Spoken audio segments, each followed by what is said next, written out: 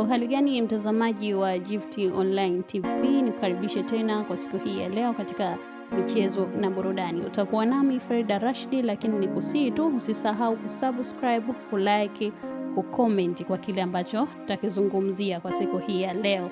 Na tukianzia katika michezo huko katika klabu ya Yanga, ambapo klabu ya Yanga kesho Ijumaa inatarajia kushuka uwanjani kwenye mechi nyingine kali ya Ligi Kuu Tanzania Bara dhidi ya Pamba Jiji, mchezo utakaopigwa katika uwanja wa KMC Complex Mwenge. Akizungumzia mchezo huo, afisa habari wa Yanga Ally Kamwe amewataka mashabiki wa timu hiyo kujitokeza kwa wingi ili kuwapa morali wachezaji wao na kuendeleza msururu wa matokeo mazuri. Kamwe ameonya kuwa ingawa Pamba Jiji haijaanza msimu vizuri, bado ni timu tayari inayoweza kushtua wengi uwanjani. Hivyo Yanga inapaswa kuingia kwa kujiamini kupita kiasi.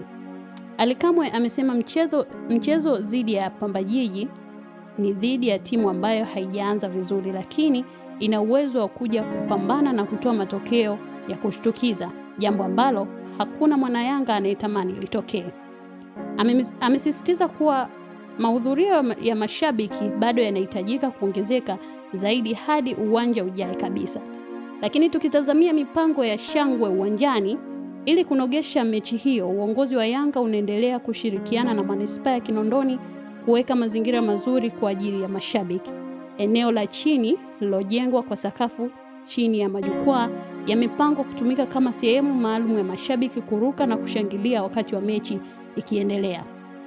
Kamwe amehitimisha kwa kusema maandalizi ya kikao hicho yanakwenda vizuri na uwepo wa mashabiki wengi utakuwa chachu ya ushindi wa timu hiyo. Mtazamaji wa Gift Online TV, tutegemee mengi kwa siku hiyo ya kesho kati ya Yanga pamoja na Pamba Jiji, ambapo endelea kutazama Gift Online TV ili uweze kuyajua mengi.